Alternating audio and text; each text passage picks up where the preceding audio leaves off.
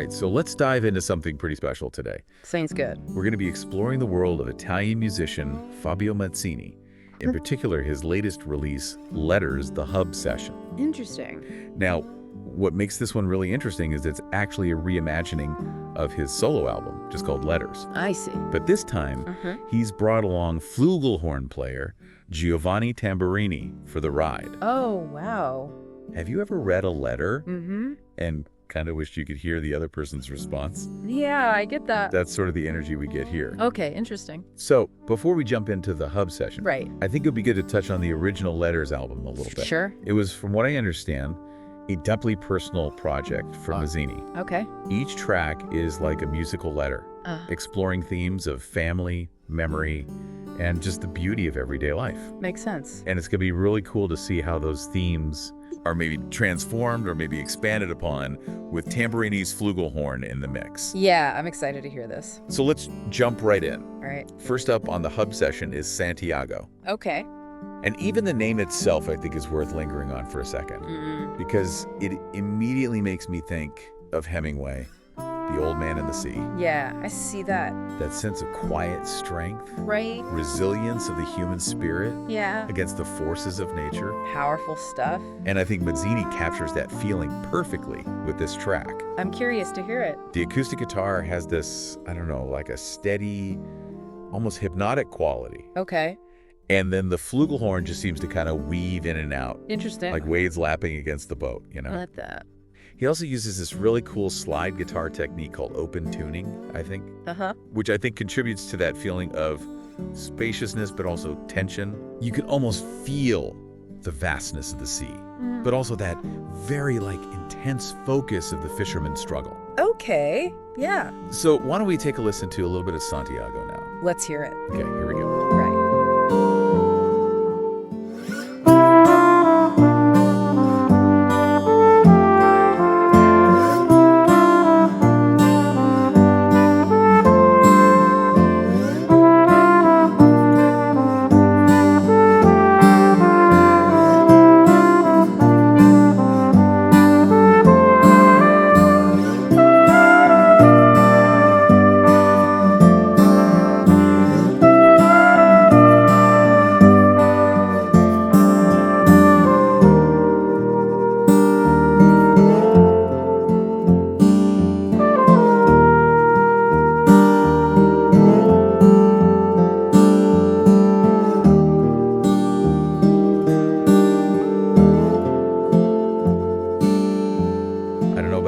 But I feel completely transported somewhere else. I know what you mean.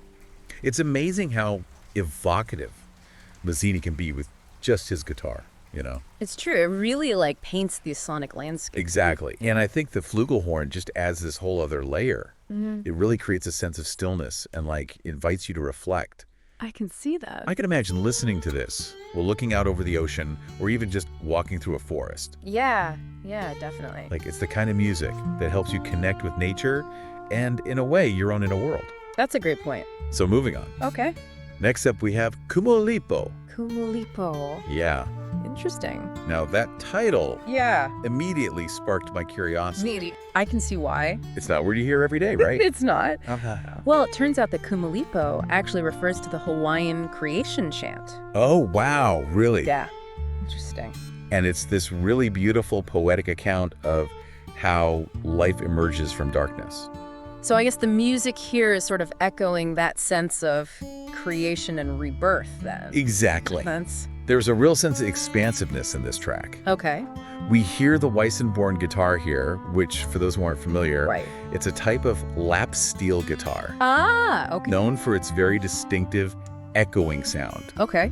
So you get that sound of the slide gliding across the strings, and it just shimmers and reverberates. Yeah. And that's all interwoven with these beautiful melodic lines from the flugelhorn. Interesting. It creates this really captivating interplay between that vastness and a sense of intimacy. Okay. Now, the flugelhorn itself, with its warmer, kind of mellower tone compared to, say, a trumpet, adds a really nice human quality to the music, I think. Yeah, it's almost like it's having a conversation with the vastness of the universe, but with a very intimate human element. Yeah, it's beautiful. I like that a lot. So let's dive into Kumulipo.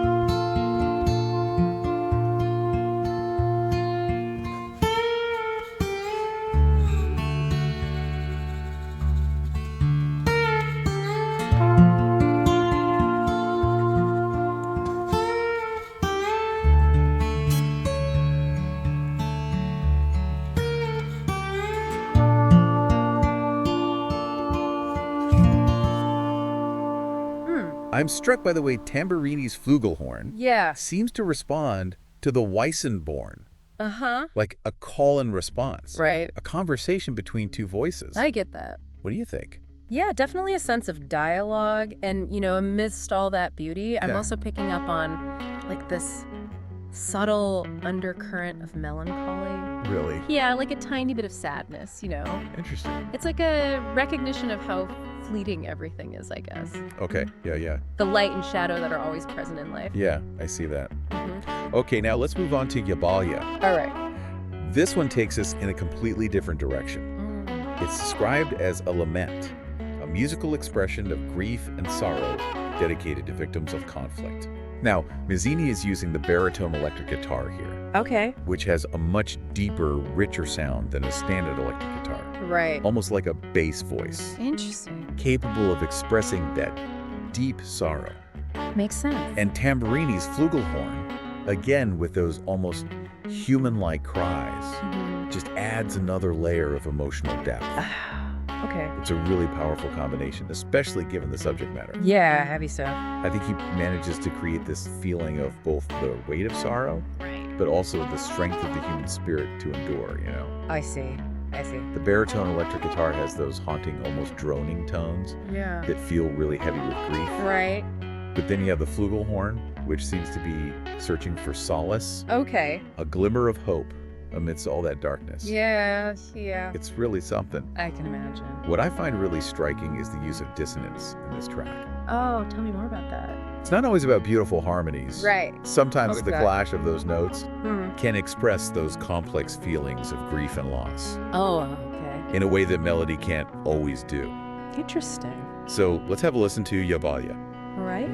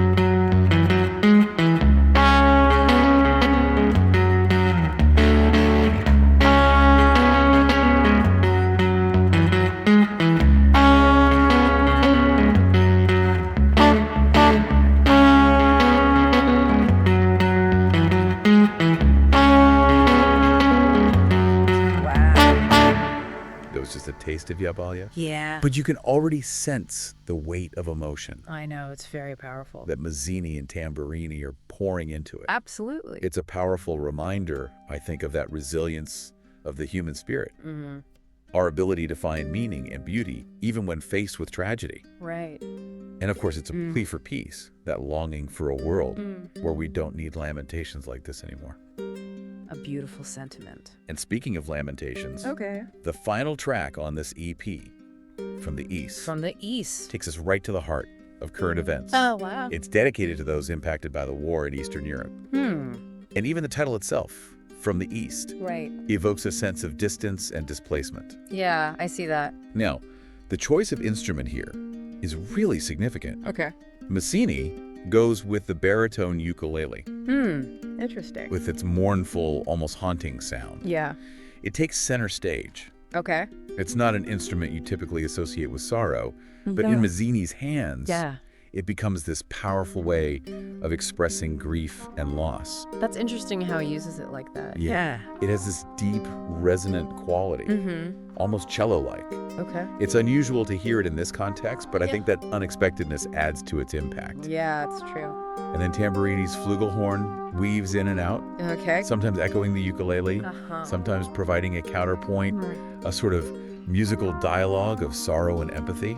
I like that. Now, it's interesting how the Flugelhorn, which we often associate with brighter, more celebratory music, Yeah, you're right. can be so effective in conveying sorrow. It's true. It speaks to the versatility of the instrument, of course, but also Tamburini's skill as a musician Absolutely. to find the emotional core of every single note. Yeah, he's good. Okay, so this is from the East. Okay, let's hear it.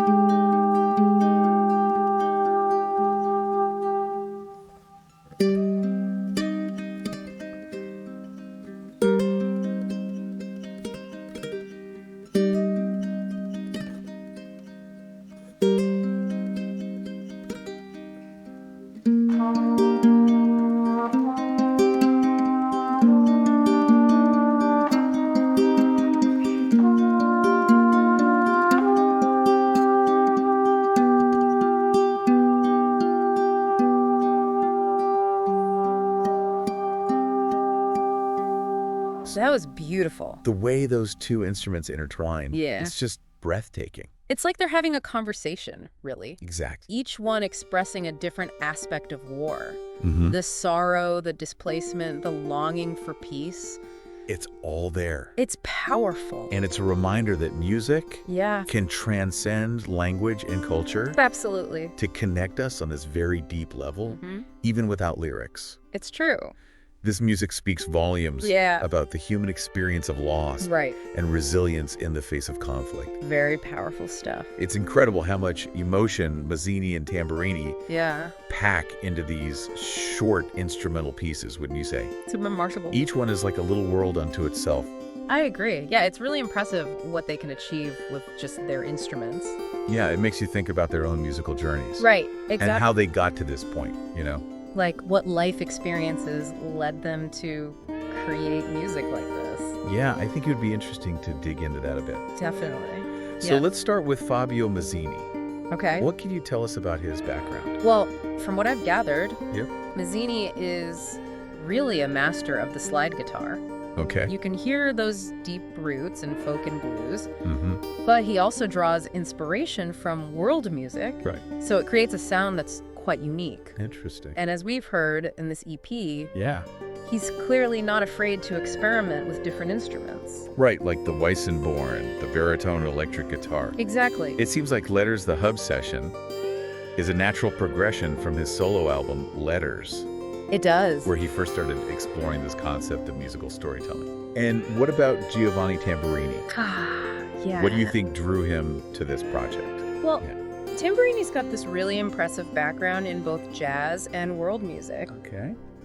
and you can definitely hear those influences in his playing. Yeah, for sure. The Flugelhorn, Mm-hmm. it's not an easy instrument to master. Right. It requires such a delicate touch Yeah. and a deep understanding of melody and harmony. Absolutely. But Tamburini makes it sound so effortless, Yeah, it really does. like he's breathing life into the music. Beautiful. And I think that's what makes this collaboration so special. Okay, yeah. He's not just playing notes. Right. He's adding this whole layer of emotional depth Yeah. and responsiveness to Mazzini's compositions. It elevates it, for sure. It does. It takes it to a whole new level. It's like a meeting of musical minds. It is, yeah. And it's interesting how Tamburini's presence transforms that original Letters concept. Yeah, how's that? It's like he's providing the other side of the conversation. Right. Adding those layers of depth and nuance to Mazzini's musical Letters. I see that. I think it speaks to the power of collaboration. Oh, absolutely. You know, how two artists can come together and create something that's greater than what they could do individually. That's the magic of They collaboration. challenge each other, inspire each other, Yeah. push each other to new heights. It's a beautiful thing.